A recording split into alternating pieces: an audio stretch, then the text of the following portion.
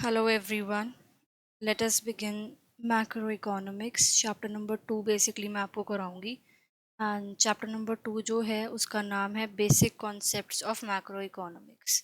ठीक है, तो देखो सबसे पहले अगर हम गुड्स की बात करें तो गुड्स क्या होता है, जो चीज़ें आपको सेटिस्फेक्शन देती है, राइट। अगर आप कोई चीज़ खरीदते हो दुकान पे जाकर और आपको उससे सेटिस्फेक्शन मिल रही है, यानी कि अगर कोई गुड आपको सेटिस्फेक्शन दे पा रही है, यानी कि उस गुड की कुछ ना कुछ यूटिलिटी वैल्यू है, उसको हम यूटिलिटी वैल्यू कहते हैं। ठीक है, तो अगर कोई गुड्स आपको सेटिस्फेक्शन देती है, इसका मतलब उसकी कुछ ना कुछ यूटिलिटी वैल्यू है, तो उसको हम कहते हैं गुड्स। तो डेफिनेशन गुड्स की आपको पता होनी चाहिए इस चैप्टर में कि things that have utility value, that is जो आपको सेटिस्फेक्शन दे रही है। अब जब मैंने आपको पिछले चैप्टर में इकोनॉमिक्स की डेफिनेशन बताई थी, तो मैंने उसमें बताया था कि बेसिकली इकोनॉमिक्स में आपके कंज्यूमर्स होते हैं, आपके प्रोड्यूसर्स होते हैं और आपकी सोसाइटी होती है, राइट। अब आप मार्केट में जाके कोई चीज़ खरीद रहे हो, कोई गुड खरीद रहे हो और आपको उससे सेटिस्फेक्शन मिल रही है, तो कंज्यूमर्स को सेटिस्फेक्शन मिल रही है। ठीक है, अब वो गुड मार्केट में बेच कौन रहा है, वो जो गुड है वो मार्केट में बेच कौन रहा है, प्रोड्यूसर्स। तो प्रोड्यूसर्स को प्रॉफिट मिल रहा है, तो उस गुड को बेचने से प्रोड्यूसर्स को क्या मिल रहा है, सेटिस्फेक्शन। ठीक है, और सोसाइटी के अंदर भी सोशल वेलफेयर बढ़ रहा है। ठीक है, तो बेसिकली गुड्स क्या हो गई, वो चीज़ें जो कि आपको सेटिस्फेक्शन दे, आपको यानी कि कंज्यूमर्स को भी, प्रोड्यूसर्स को भी और सोसाइटी को भी। तो गुड्स की डेफिनेशन है कि things that have utility value, that is giving satisfaction to consumers, producers and the society. ठीक है, फिर उसके बाद अगर हम क्लासिफिकेशन करें गुड्स की, तो वो भी इसमें चैप्टर में इंपॉर्टेंट है कि भाई आप एंड यूज के बेसिस पे गुड्स को कैसे क्लासीफाई करते हो। एंड यूज का मतलब उस गुड का यूज कैसे हो रहा है। ठीक है, एग्जाम्पल जब कराऊंगी तो आपको समझ में आएगा कि एंड यूज का मतलब क्या होता है। तो बेसिकली हम डिफरेंशिएशन देखते हैं फाइनल गुड्स के बीच में और इंटरमीडिएट गुड्स के बीच में। ठीक है, ये डिफरेंस आपको आना चाहिए। अब देखो, जो फाइनल गुड्स वो गुड्स हैं जो फाइनल यूजर्स यूज करते हैं।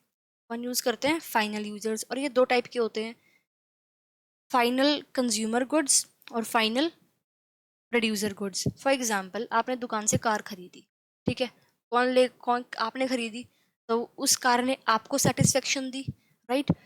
उस कार को कंज्यूमर ने खरीदा है, तो उसको हम क्या कहेंगे, फाइनल कंज्यूमर गुड। इंटरमीडिएट कौन सी गुड होती है, जो या तो हम रीसेल पर्पस के लिए खरीदते हैं या जो कि एक रॉ मटेरियल है। ठीक है, फॉर एग्जाम्पल कार, अब एक एक एक पहला पॉइंट तो ये हो गया डिफरेंस। सेकंड पॉइंट आप लिख सकते हो एग्जाम्पल। मान लो भाई कार खरीदी, अगर कार आपने खरीदी तो वो फाइनल कंज्यूमर गुड हो गया। अगर कार खरीदी एक दुकान वाले ने बेचने के लिए, तो वो क्या होगी, इंटरमीडिएट गुड होगी, क्योंकि रीसेल के लिए आपने कार खरीदी है, तो वो इंटरमीडिएट गुड है। अगर कार खरीदी एक फैक्ट्री ने अपने प्रोडक्शन पर्पस में यूज लाने के लिए, कि भाई एक फैक्ट्री है, उसने दो तीन कार खरीद ली और वो ट्रांसपोर्टेशन के लिए उसको यूज कर रहे हैं, अपने पर्सनल यूज के लिए यूज नहीं कर रहे, अपनी प्रोडक्शन एक्टिविटी के अंदर यूज कर रहे हैं, अपनी फैक्ट्री के अंदर यूज कर रहे हैं, तो उसको कहेंगे फाइनल प्रोड्यूसर गुड। तो कार ही आपकी फाइनल कंज्यूमर गुड भी हो सकती है, फाइनल प्रोडक्शन गुड भी हो सकती है और आपकी इंटरमीडिएट गुड भी हो सकती है। तो समझ में आया मैं क्यों कह रही थी कि हम डिफरेंशिएट करते हैं गुड्स को एंड यूज के बेसिस पे। एक ही गुड उसके यूज के बेसिस पे फाइनल कंज्यूमर गुड भी है, फाइनल प्रोड्यूसर गुड भी है और इंटरमीडिएट गुड भी है। ठीक है, तीसरा डिफरेंशिएशन का हम पॉइंट लिखेंगे प्रोडक्शन बाउंड्री लाइन पे। क्या है, प्रोडक्शन बाउंड्री लाइन। अगर हम बात करें फाइनल गुड्स की, तो फाइनल गुड्स जो है इस प्रोडक्शन बाउंड्री लाइन को क्रॉस कर चुकी होती है। अगर मान लो आप बिस्किट खरीद रहे हो, वही आपने बिस्किट का पैकेट खरीदा, वो आपने खा लिया। अब जब बिस्किट फैक्ट्री के अंदर बन रहा था, तो उसमें बहुत सारे प्रोसेस हो रहे थे, राइट। तो जो वो प्रोसेस हो रहे थे, तब बिस्किट एक फाइनल गुड नहीं था, तब बिस्किट एक रॉ मटेरियल था, अभी पूरा बिस्किट बना नहीं है, तो वो एक वो इंटरमीडिएट गुड थी उस टाइम पे, अभी भी उसके अंदर प्रोडक्शन प्रोसेसेस हो रहे थे। तो जिस गुड के अंदर अभी भी प्रोडक्शन प्रोसेसेस होते हैं, यानी कि अभी तक वो प्रोडक्शन बाउंड्री लाइन को क्रॉस नहीं कर पाए हैं वो गुड, उसको हम कहते हैं इंटरमीडिएट गुड। और जो गुड फाइनल प्रोडक्शन कवर कर चुकी है, यानी कि प्रोडक्शन बाउंड्री लाइन से बाहर आ चुकी है, उसको हम क्या कहते हैं, उसको हम कहते हैं फाइनल गुड्स। ठीक है, तो तीसरा point of difference on the basis of your this. चौथा पॉइंट ऑफ डिफरेंस आप लिख सकते हो एस्टिमेशन इन नेशनल इनकम के बेसिस पे। Estimation in national income, see I got 97 out of 100 in my economics, और उसके लिए मैंने एक स्ट्रैटेजी वीडियो बना रखी है, आपको डिस्क्रिप्शन में मिल जाएगी। बाकी जो मैं आपको इन वीडियोस में करा रही हूँ, आपको वही कर उसके अलावा कुछ और करने की ज़रूरत नहीं है, सिर्फ न्यूमेरिकल्स जो हैं इस बुक के वो आप प्रैक्टिस कर रहे हैं ना, वो भी मैं आपको टेलीग्राम पे शेयर कर दूंगी, so you can also join my Telegram channel. ठीक है, अब देखो एस्टिमेशन इन नेशनल इनकम की बात करें तो आपकी फाइनल गुड्स होती हैं और इंटरमीडिएट गुड्स होती हैं। ठीक है, अब मान लो आपने बिस्किट बनाया है दुकान में, फैक्ट्री में बिस्किट बना है, अब बिस्किट के अंदर क्या हुआ है, मिल्क ऐड हुआ है, आपका बटर वगैरह ऐड हुआ होगा, व्हीट फ्लोर वगैरह ऐड हुआ होगा, राइट। तो देखो अब जब बिस्किट कंपनी 60 रुपए में बेच रही है मान लो, तो क्या उस 60 रुपए में इन सब के पैसे ऐड हुए होंगे? बिल्कुल हुए होंगे। अब आपने मान लो कुछ बेचा है बना के, तो फॉर एग्जाम्पल आप प्रोजेक्ट का काम करते हो, प्रोजेक्ट बनाते हो अपने घर में, जो बच्चों के होलीडे होमवर्क में मिलते हैं, तो आप ही शीट्स खरीद के लाते हो, ठीक है, आप ही पेन मार्कर खरीद के लाते हो, आप ही सब कुछ बना के उसको प्रोजेक्ट को बेच रहे हो उसको। तो जो शीट और पैसे हैं, शीट और पेन है, उसके पैसे आप इतने में प्रोजेक्ट बना के बेचोगे, वो पैसे इंक्लूड करोगे ना, अपना लेबर भी इंक्लूड करोगे कि भाई मैंने मेहनत करी है, उसके 60 रुपए, शीट्स के 20 रुपए, पेन के 20 रुपए, तो आप उससे मांगोगे भाई 100 रुपए दे, तो आपने ये ऐड करा है ना इसमें। सिमिलरली जो बिस्किट 60 रुपए में बेचते हैं, उसके अंदर ये सारे रॉ मटेरियल एडेड होते हैं। तो अगर हम नेशनल इनकम को कैलकुलेट करेंगे, तो हम डायरेक्ट 60 रुपए इंक्लूड कर लेते हैं कि भाई नेशनल इनकम कैलकुलेट कर रहे हैं, तो डायरेक्ट 60 रुपए इंक्लूड कर लो, इनके पैसे अलग से क्यों इंक्लूड करें? नहीं, क्यों क्यों नहीं करते? क्योंकि ये पहले से ही इसमें एडेड है। अगर हम इसके भी इंक्लूड कर दें और इसके भी इंक्लूड कर दें, तो दूध के पैसे 2 बार ऐड हो गए, एक बार रॉ मटेरियल की तरह और एक बार फाइनल गुड के अंदर। तो नेशनल इनकम में सिर्फ और सिर्फ फाइनल गुड के पैसे या फाइनल गुड की वैल्यू ऐड होती है, लेकिन इंटरमीडिएट गुड्स को जो है आप नेशनल इनकम में कैलकुलेट नहीं करते। तो बेसिकली गुड्स की डेफिनेशन क्या होती है वो समझ में आ गई होगी। अगर डिफरेंशिएशन आ जाए आपको लिखने का, 4 पॉइंट में मैंने बता दिया फाइनल गुड और इंटरमीडिएट गुड के बीच में, और फाइनल गुड और इंटरमीडिएट गुड को आपने डिफरेंशिएट कर रहा है on the basis of the end use of the goods. ठीक है, अब हम देखते हैं कंज्यूमर गुड्स क्या होती हैं और आपकी कैपिटल गुड्स क्या होती हैं। ठीक है, और आपकी प्रोड्यूसर गुड्स क्या होती हैं। देखो सिंपल सी बात है, कंज्यूमर गुड्स वो हो गई, डिफरेंशिएट अगर करने को आ गया तो क्या होगा, देखो जो डायरेक्ट सेटिस्फेक्शन लीड करती है, leads to direct satisfaction of human wants. आपने दुकान में जाके, एग्जाम्पल लिख सकते हैं इसका, आपने दुकान में जाके दूध खरीदा, आइसक्रीम खरीदी, या आपने स्किन केयर प्रोडक्ट्स खरीदे, आपको डायरेक्ट सेटिस्फेक्शन मिल गई। ठीक है, अब जो ये चीज़ें हैं आपकी milk, ice cream, skin care products, ये कहीं ना कहीं किसी फैक्ट्री में बने होंगे, और फैक्ट्री में मशीन की हेल्प से ये बने होंगे। तो जो वो मशीनरी है वो कहीं ना कहीं आपकी सेटिस्फेक्शन में इनडायरेक्ट रोल प्ले करती है। ठीक है, समझ में आया। तो कंज्यूमर गुड्स वो गुड्स हैं जो कि आपको डायरेक्ट सेटिस्फेक्शन देती हैं, कैपिटल गुड्स वो हैं जो कि इनडायरेक्ट सेटिस्फेक्शन प्रोवाइड करती हैं ऑफ ह्यूमन वांट्स। ठीक है, अब देखो अब एक सोसाइटी है उसके अंदर कंज्यूमर गुड्स बहुत ज़्यादा बन रही हैं, राइट। तो यानी कि मिल्क बहुत ज़्यादा है, आइसक्रीम वगैरह और आपका जो ब्रेड वगैरह है, ये बहुत सारी चीज़ें आपकी है, मतलब बहुत ज़्यादा बन रही है, इनकी प्रोडक्शन कैपेसिटी ज़्यादा है। तो इसका मतलब वेलफेयर जो है वो लोगों का होगा कि ये वो गुड्स हैं जो कि पुअर लोग भी खरीदते हैं और रिच लोग भी खरीदते हैं। ठीक है, तो इससे वेलफेयर बढ़ता है। अगर ये वाली गुड्स आपकी बढ़ रही है, बहुत सारी मशीन आपके देश में है, यानी कि आपकी जो प्रोडक्शन प्रोसेस है वो बहुत तेज़ी से होगा, यानी कि जो आपकी इकोनॉमिक ग्रोथ है वो इससे होगी, और इकोनॉमिक ग्रोथ हो रही है इसका मतलब क्या हो रहा है, आपका जो जीडीपी है वो इंक्रीज हो रहा है। ठीक है, अगला पॉइंट जो आप इसमें लिख सकते हो बेसिकली कंज्यूमर और कैपिटल गुड्स के डिफरेंस में, तो अगला पॉइंट हम लिख सकते हैं लाइफ टाइम। अगर हम ब्रेड और मशीन का लाइफ टाइम कंपेयर करें, एक्सपायरी डेट बेसिकली, तो सिंपल सी बात है, ब्रेड का लाइफ टाइम कम है, और जो आपकी कंज्यूमर गुड है उसका लाइफ टाइम कम होता है। जो कैपिटल गुड है जैसे कि मशीन, उसका लाइफ टाइम ऑब्वियसली हाई होता है, they have your longer life time. ठीक है, फिफ्थ पॉइंट देखिए क्लासिफिकेशन का, कंज्यूमर गुड्स है, अगर हम पैसे देखें भाई कौन ज़्यादा महंगा है, तो उसको हम कहते हैं मार्केट वैल्यू, कि इसकी मार्केट वैल्यू कितनी है, यानी कि कितना इसका प्राइस है। तो सिंपल सी बात है, आपका कंज्यूमर गुड का जो प्राइस है वो कम होगा as compare to your capital goods, तो इनका प्राइस जो है इन कंपैरिजन में हाई होता है। तो ठीक है, अगर डिफरेंस आ गया कंज्यूमर गुड्स का और कैपिटल गुड्स के बीच में तो आप कर लोगे, 5 पॉइंट बता दिए मैंने। ठीक है, अब कंज्यूमर गुड्स पे जो आपने खर्चा करा, एक पॉइंट और बता दूं यहीं पर, आपने कंज्यूमर गुड्स खरीदी है, ठीक है, उस पर आप पैसे खर्च करोगे, ठीक है, तो जो आपने खर्चा करा कंज्यूमर गुड्स पे ना, उसको हम कहते हैं कंज्यूमर एक्सपेंडिचर। क्या कहते हैं? उसको हम कहते हैं कंज्यूमर एक्सपेंडिचर। ये आपको याद रखना है, ठीक है, कंज्यूमर एक्सपेंडिचर। अब कंज्यूमर गुड्स को हम कहते हैं कंजम्पशन गुड्स, तो इसको हम कंजम्पशन एक्सपेंडिचर भी तो कह सकते हैं, ठीक है। तो कंजम्पशन एक्सपेंडिचर ही वर्ड है जो बार बार आपका यूज होगा आगे बुक में, कि कंजम्पशन एक्सपेंडिचर क्या है, एक्सपेंडिचर ऑन कंज्यूमर गुड्स, उसको हम कहते हैं कंजम्पशन एक्सपेंडिचर। अब मैं एक लाइन आपको जरा लिखवाती हूँ, ध्यान से वो लाइन जरा पढ़ना। कैपिटल गुड्स समझ में आ गई, मशीन्स वगैरह जो है, और मशीन्स वगैरह आपकी कहाँ यूज होगी, इंडस्ट्री में, ठीक है। अब देखो एक लाइन लिखवाती हूँ यहाँ पे, that is all capital goods are producer goods, all capital goods are producer goods, but all producer goods are not capital goods,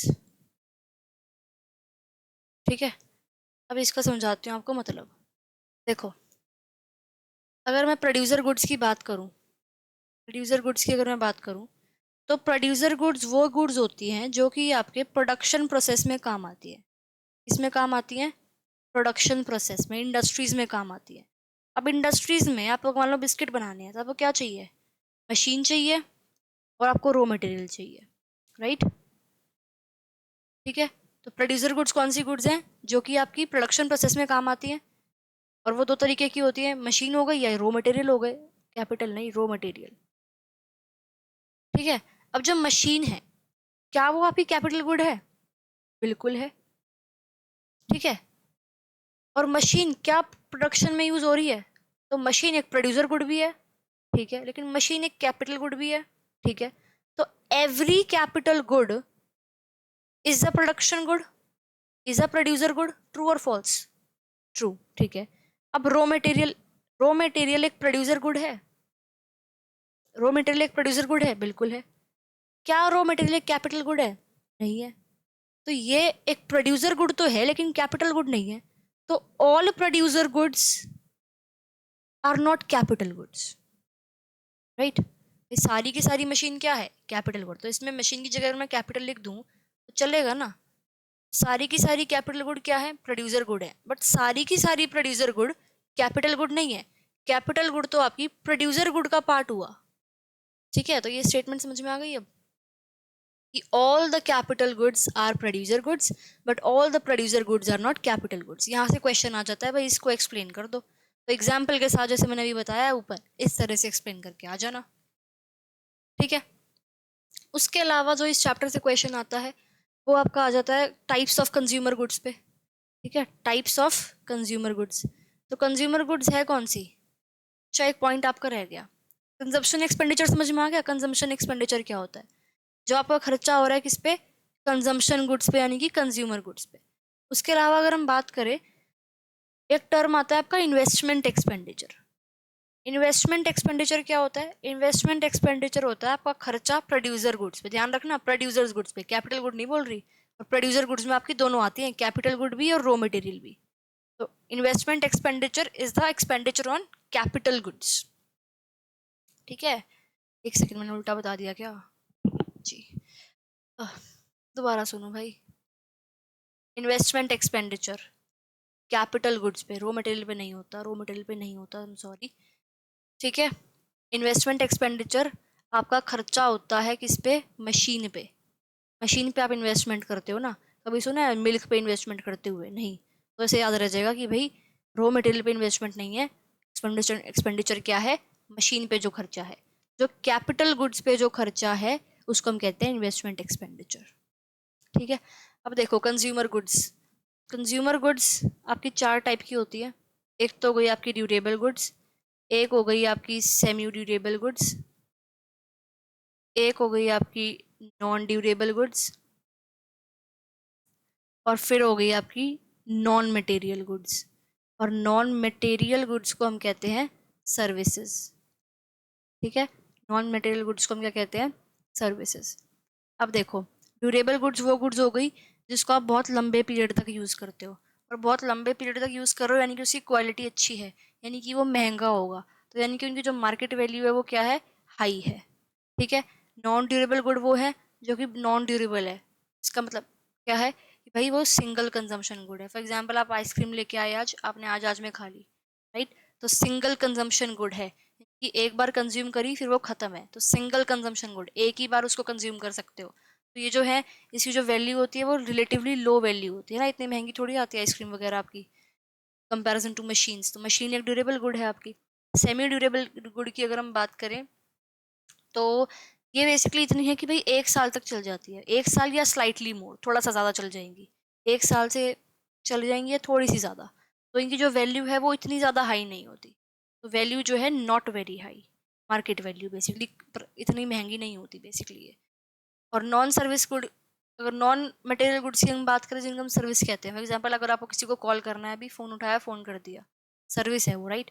आपके घर पे जो पोस्टमैन आते हैं वो सर्विस कर रहे हैं, ठीक है? तो ये जो है नॉन मटेरियल गुड्स, ये भी कहीं ना कहीं आपको डायरेक्ट सेटिस्फेक्शन दे रही है। तो सर्विसेज जो है वो भी आपको डायरेक्ट सेटिस्फेक्शन देती है, ठीक है? ओके, अब मैं जरा बात करती हूँ इन्वेस्टमेंट के ऊपर। इतना समझ में आ गया होगा, ठीक है? अब देखो इन्वेस्टमेंट, इन्वेस्टमेंट बेसिकली डेफिनेशन आनी चाहिए आपको इसकी कि investment basically is a process of increase in stock of capital, in stock of capital. अब सिंपल सी चीज मैंने इतनी बार बता रखी है कि एक सेकेंड, या investment is a process of increase in the stock of capital. इसको हम ना इस तरह से लिख सकते हैं, I is equals to delta K, या I is equal to C F. और जहाँ पे जो ये सी एफ है ये क्या है, कैपिटल फॉर्मेशन, कैपिटल फॉर्मेशन। और जो ये डेल्टा है इसका मतलब यहाँ पर है इंक्रीज, ठीक है? इंक्रीज, जैसे डेल्टा का मतलब अगर हम देखें तो उसका मतलब चेंज होता है, राइट? बट यहाँ पर डेल्टा का मतलब हम इंक्रीज लेके चल रहे हैं। तो इन्वेस्टमेंट क्या है, investment in the process of increase in the stock of capital. Investment expenditure बताया था मैंने कि भाई जो आप खर्चा कर रहे हो कैपिटल गुड्स पे, तो उसको हम क्या कहते हैं, इन्वेस्टमेंट एक्सपेंडिचर, है ना? अगर आप कैपिटल को बढ़ा रहे हो, कैपिटल का स्टॉक बढ़ा रहे हो, तो उसको हम क्या कहते हैं, इन्वेस्टमेंट कहते हैं, ठीक है? अब इन्वेस्टमेंट आपकी दो तरीके की होती है, एक तो हो गई फिक्स्ड इन्वेस्टमेंट, और एक आपकी हो गई इन्वेंट्री इन्वेस्टमेंट, ठीक है? ध्यान से समझना इसको, फिक्स्ड इन्वेस्टमेंट और इन्वेंट्री इन्वेस्टमेंट। अगर आप फिक्स्ड एसेट्स, जो आपके फिक्स्ड एसेट्स हैं, यानी कि जो कैपिटल गुड्स हैं, उन पे खर्चा कर रहे हो, increase in the stock of, fixed investment होता है increase in the stock of fixed assets that is capital goods in an accounting year, ठीक है? ये बेसिकली सिंपल सी डेफिनेशन आ जाती है किसकी, फिक्स्ड इन्वेस्टमेंट की। और इन्वेंट्री इन्वेस्टमेंट है increase in the stock of semi finished goods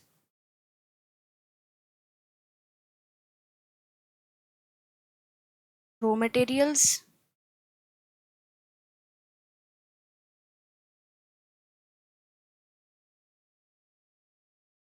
and finished goods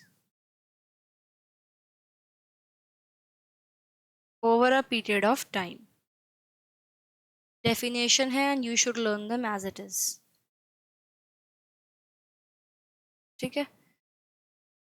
तो इन्वेस्टमेंट दो टाइप्स की होती है, एक तो फिक्स्ड इन्वेस्टमेंट हो गया, यानी कि जो फिक्स्ड कैपिटल का स्टॉक अगर आप इंक्रीज कर रहे हो, फिक्स्ड कैपिटल यानी कि फिक्स्ड एसेट यानी कि कैपिटल गुड्स, उसका स्टॉक अगर आप इंक्रीज कर रहे हो एक अकाउंटिंग ईयर में, एक साल में, उसको हम क्या कहेंगे, फिक्स्ड इन्वेस्टमेंट।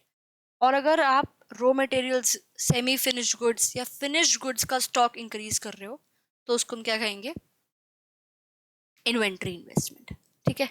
एक एग्जाम्पल देखो, मान लो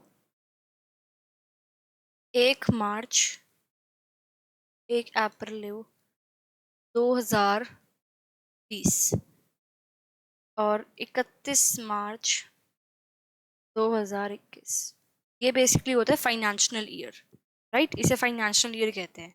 नॉर्मल ईयर 1 जनवरी से शुरू होता है, यहाँ पे 1 अप्रैल से स्टार्ट है, 31 मार्च को खत्म होता है, ठीक है?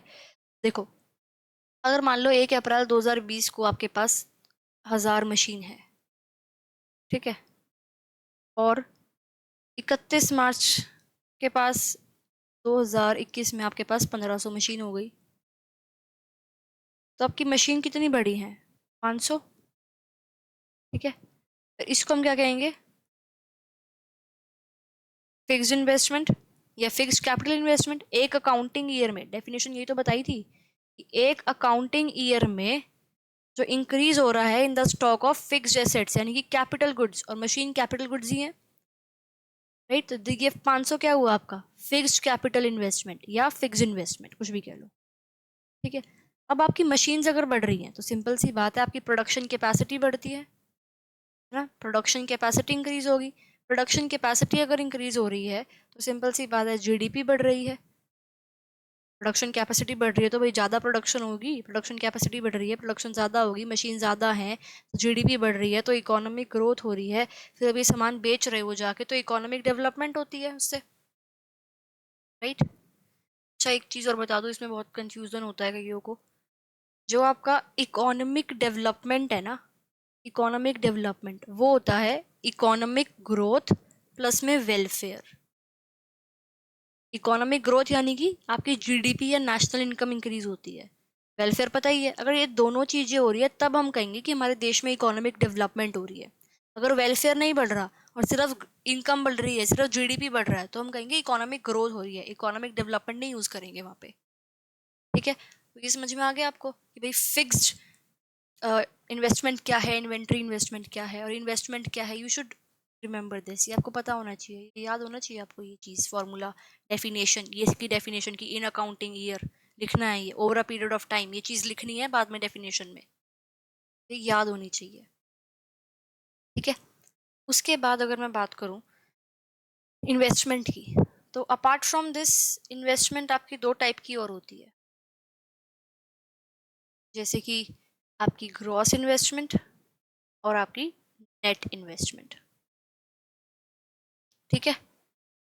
ग्रॉस इन्वेस्टमेंट आपकी होती है नेट इन्वेस्टमेंट, ये रही नेट इन्वेस्टमेंट, ये वाली, प्लस में CRC, it is current replacement cost. CRC क्या होता है? समझाऊंगी समझाऊंगी, वेट करो। करंट रिप्लेसमेंट कॉस्ट, ठीक है? तो नेट इन्वेस्टमेंट क्या होती है? Fixed investment plus inventory investment. अभी बताई थी मैंने फिक्स्ड इन्वेस्टमेंट क्या होती है और इन्वेंट्री इन्वेस्टमेंट क्या होती है। अगर उन दोनों को आप ऐड कर दोगे तो क्या बन जाएगा? आपका नेट इन्वेस्टमेंट बन जाएगा।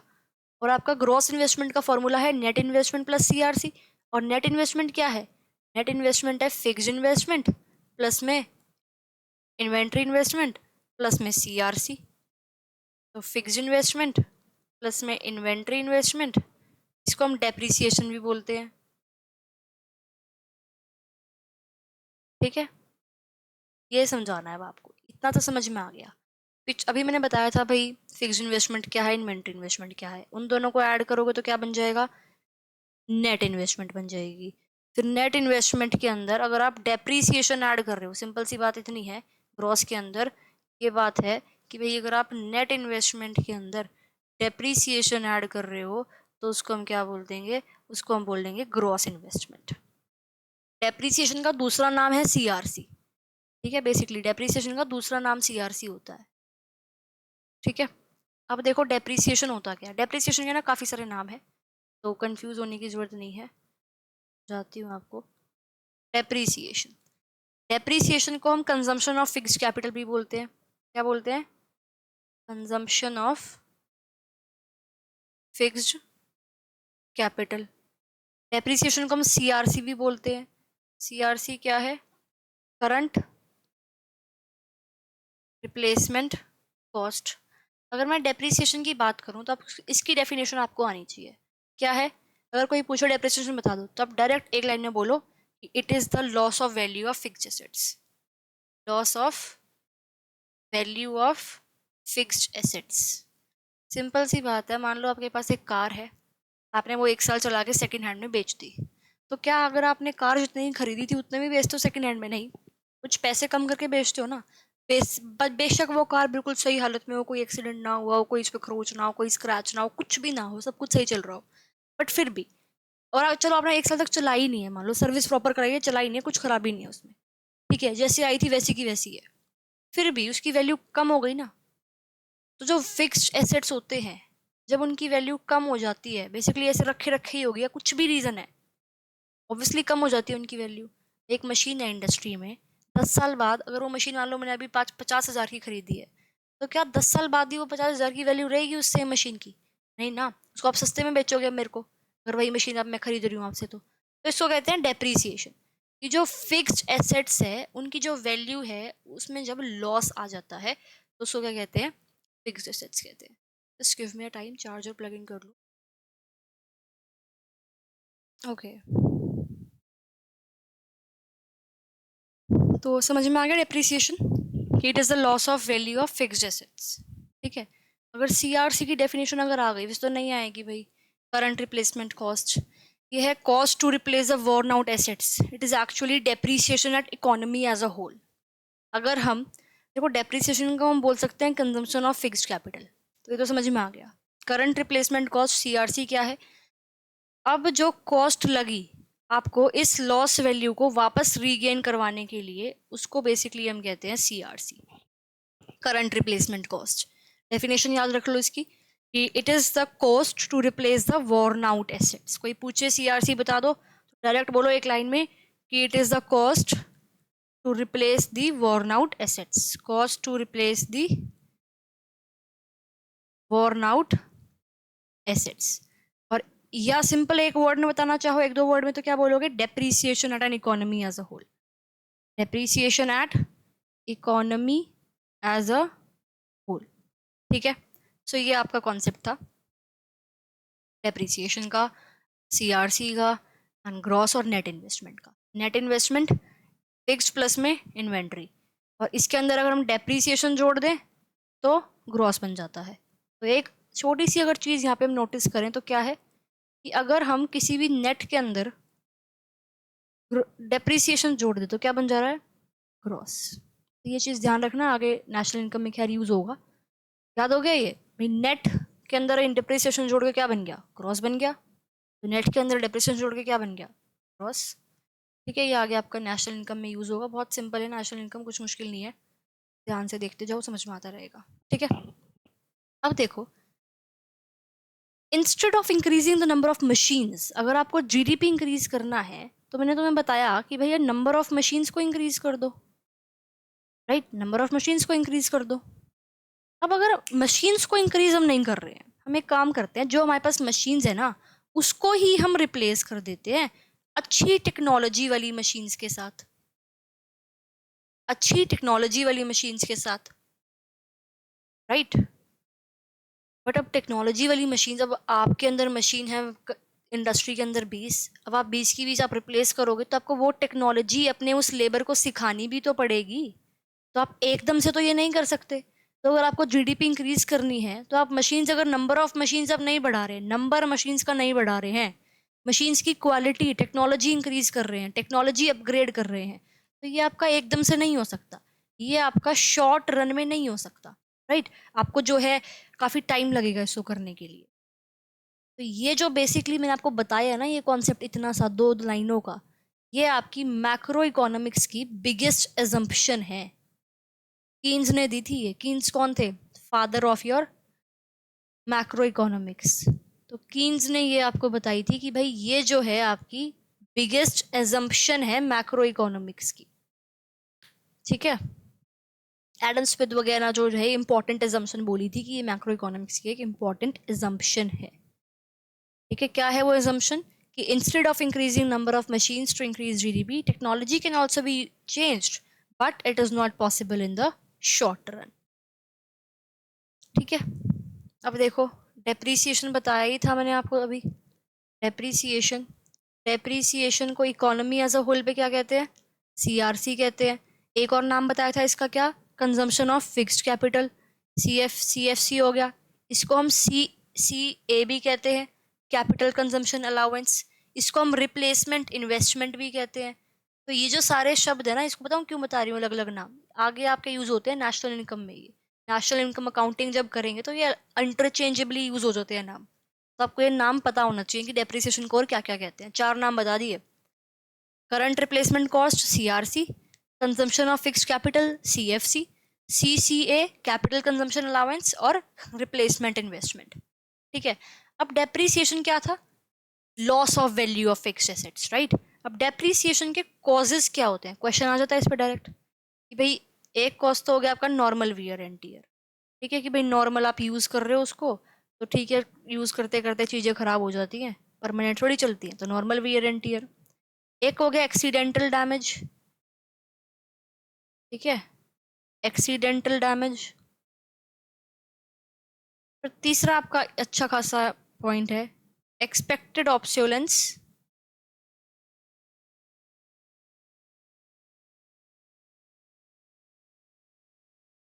या फॉरसीन लॉसेस।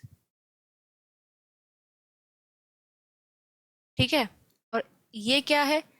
एक्सपेक्टेड चीज। अब मान लो भाई आपकी इंडस्ट्री है, मशीन्स आपके पास है बहुत सारी। अब एक तो वो मशीन का डेप्रिसिएशन कैसे हो सकता है, how the loss of value of fixed assets can take place, या तो नॉर्मल वियर एंड टीयर, या कोई एक्सीडेंटल डैमेज, या मार्केट में ना डिमांड चेंज हो गई। अब ऑब्वियसली आप इंडस्ट्री खोल रहे हो तो दिमाग में तो रहते ही ना कि भाई डिमांड चेंज हो सकती है लोगों की किसी टाइम भी। तो एक्सपेक्टेड ऑब्सोलेंस या फॉरसीन लॉसेज आपको पहले से पता है कि भाई इस तरीके की चीजें हो सकती हैं, या टेक्नोलॉजी चेंज हो गई मार्केट में। किसी को क्या भाई आपको पता था ये चीजें हो सकती है, सिंपल सी बात है, ये चीजें आपको पता है ना, कभी भी हो सकती है मार्केट में। आपको भी पता है कि भाई कभी भी मार्केट में डिमांड चेंज हो सकती है, कभी भी मार्केट में जो है आपका टेक्नोलॉजी चेंज हो सकती है। ये एक्सपेक्टेड है, फॉरसीन लॉसेज हैं कि पहले से ही पता होता है। तो इन 3 कारणों की वजह से आपका डेप्रिसिएशन जो है वो होता है। Normal wear and tear, expected obsolescences या foreseen losses, example your change in technology और चेंज इन डिमांड, या एक्सीडेंटल डैमेजेस। ठीक है, तो ये क्या है? डेप्रीसिएशन। अब डेप्रीसिएशन के अलावा ना एक टर्म और हम देखते हैं यहाँ पे इकोनॉमिक्स में, वो है कैपिटल लॉस। ठीक है, कैपिटल लॉस। कैपिटल लॉस होते हैं बेसिकली आपके अनएक्सपेक्टेड ऑब्सोलेंसेस। अनएक्सपेक्टेड ऑब्सोलेंस, ये थे एक्सपेक्टेड ऑब्सोलेंस, ये है अनएक्सपेक्टेड ऑब्सोलेंस कि भाई कोई नेचुरल क्लैमिटी हो गई, या इकोनॉमिक रिसेशन आ गया। इकोनॉमिक रिसेशन क्या होता है कि भाई डिमांड कम हो गई एकदम से बहुत ज्यादा इकोनॉमिक रिसेशन की वजह से, राइट। तो कैपिटल लॉस विदाउट यूज होता है आपका। ठीक है, विदाउट यूज होता है। डेप्रिसिएशन क्या था? Normal wear and tear, use के साथ हो रहा है ना भाई, आप यूज कर रहे हो, जा रहे हो, खराब हो जा रही हैं चीजें। ये एक्सीडेंटल डैमेज, या एक्सपेक्टेड ऑब्सोलेंस, या फॉरसीन लॉसेस। इसका एक अपोजिट कॉन्सेप्ट होता है आपका कैपिटल लॉस, यानी कि अनएक्सपेक्टेड ऑब्सोलेंसेस। आप गुड्स को आपने यूज नहीं कर रखा, मशीन आपकी रखी हुई है भाई, एकदम से डिमांड कम हो गई, मार्केट में इकोनॉमिक रिसेशन आ गया, या कोई नेचुरल कैलामिटी आ गई, तो कैपिटल लॉस हो गया ना, और आपको नहीं पता था ये सब कुछ हो जाएगा, तो वो अनएक्सपेक्टेड था, तो अनएक्सपेक्टेड ऑब्सोलेंसेस। ठीक है, तो बेसिकली अगर आपका डिफरेंशिएशन आ गया, आपको भाई डिफरेंस बता दो इसमें, किसमें? डेप्रीसिएशन में और कैपिटल लॉस में, क्या लिखोगे? सुनो अब, डेप्रीसिएशन एंड कैपिटल लॉस। पहला पॉइंट आएगा कि भाई ये क्या है? Loss of value of fixed assets due to use. Use करने के कारण फिक्स्ड एसेट्स की वैल्यू में लॉस हो रहा है। It is a loss of value of fixed assets not in use. लिख लो इसको अपने बुक में। ठीक है, सेकंड पॉइंट क्या लिखोगे? जो मैं आपको लेक्चर करवा रही हूँ, एक अलग से कॉपी में नोट्स बना लो, इजीली कवर हो जाएगा। कि भाई रीजंस क्या है?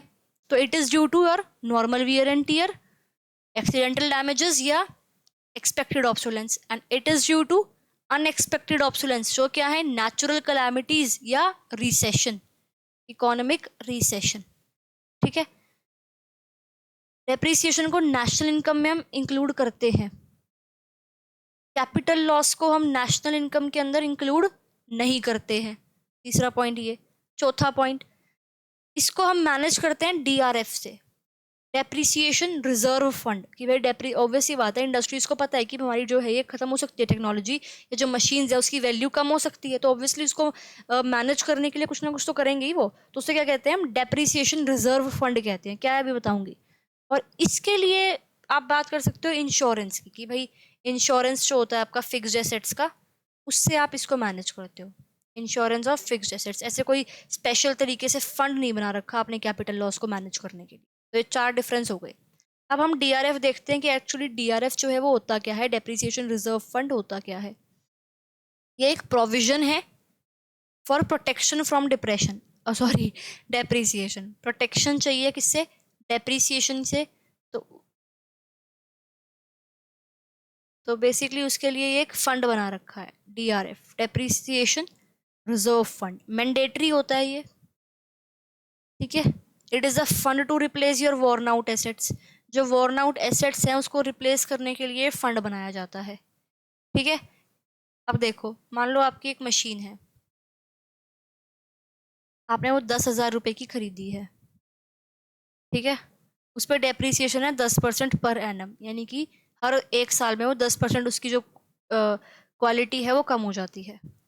और 10 साल का उसका लाइफ टाइम है, कि भाई ये 10 साल तक ही चलेगी ये मशीन बस। तो आप क्या कर सकते हो, मान लो आपने 10,000 की मशीन खरीदी, ठीक है। पहले साल में, सेकेंड गाइस,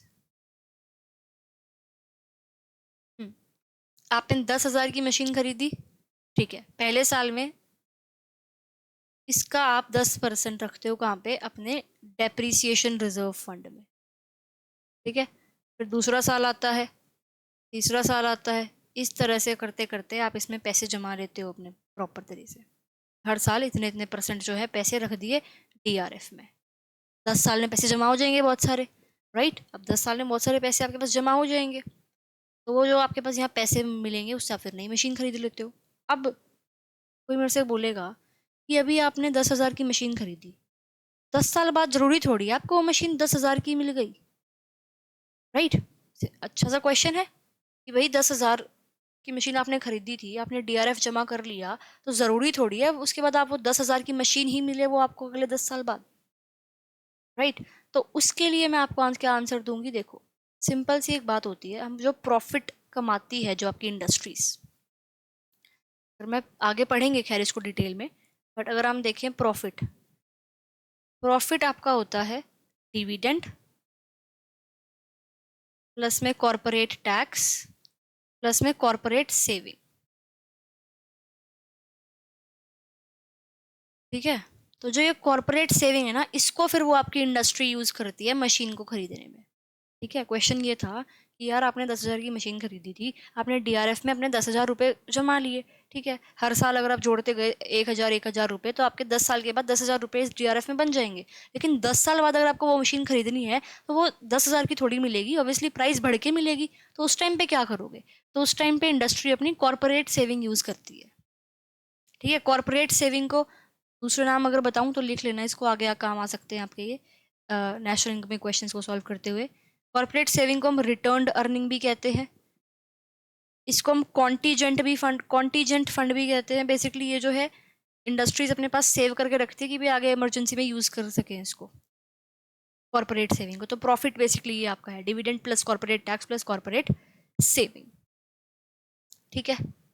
ओके, अब बेसिकली जो आपका नेक्स्ट टॉपिक आता है वो आता है जीडीपी, ठीक है।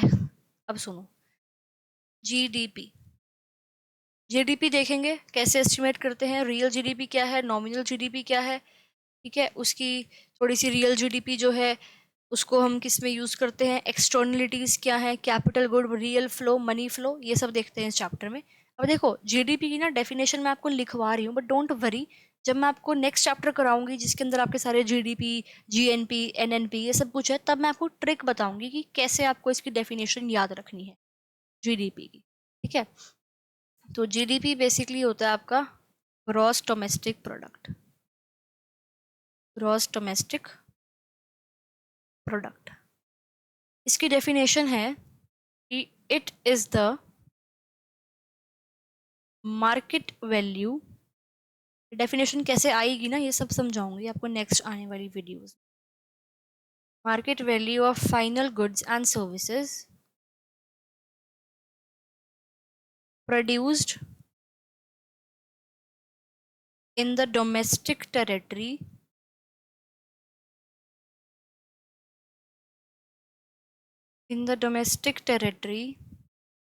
of a country in an accounting year। तो ये डेफिनेशन आपको रटने की जरूरत नहीं है, ना ही अभी याद करने की जरूरत है, आगे वाले चैप्टर्स में कराऊंगी। ठीक है, तो ये जीडीपी बेसिकली होता है, सिंपल से अगर आप शॉर्ट टर्म में देखना चाहो तो जीडीपी बेसिकली होता है आपका नेशनल इनकम, देश की इनकम, देश का जीडीपी। ठीक है, इसकी बेसिकली हम बात करते हैं। अब जो देश का जीडीपी है, नेशनल इनकम है, उसको हम कैलकुलेट कैसे करते हैं? तो बेसिकली उसको हम एस्टिमेट करते हैं दो चीज़ों के बेसिस पे। ठीक है, पहली तो आपकी करंट प्राइस के बेस पे आप उसको एस्टिमेट कर रहे हो, किसके बेस पे? करंट प्राइस के बेस पे। या उसको हम एस्टिमेट करते हैं कांस्टेंट प्राइस के बेस पे। और कांस्टेंट प्राइस को हम बेस ईयर प्राइस भी कहते हैं। ठीक है, base year price. Real GDP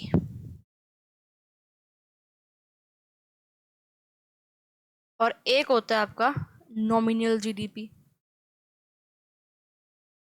nominal GDP difference इसमें आ जाता है आपका ऑब्वियसली एग्जाम में, कि भाई रियल जीडीपी बता दो और नॉमिनल जीडीपी बता दो। तो देखो, कॉन्सेप्ट है ये थोड़ा सा बड़ा, और रियल जीडीपी और वेलफेयर में पॉजिटिव रिलेशन होता है, रियल जीडीपी की लिमिटेशंस क्या हैं as an index of welfare, ये सब कुछ नेक्स्ट वीडियो में मैं आपको कराऊंगी। जस्ट डिस्क्रिप्शन में मिल जाएगा आपको नेक्स्ट वीडियो का लिंक, वहाँ से देख लो। ठीक है, तो ये जीडीपी का क्या है और ये कैसे होता है उसको डिटेल में नेक्स्ट वीडियो में कराऊंगी। ठीक है, आई होप वीडियो लंबी जा रही थी शायद आपकी, तो आई होप इतनी वीडियो करनी इज़ ओके। ठीक है, आगे आप देख लेना नेक्स्ट वीडियो में इसको।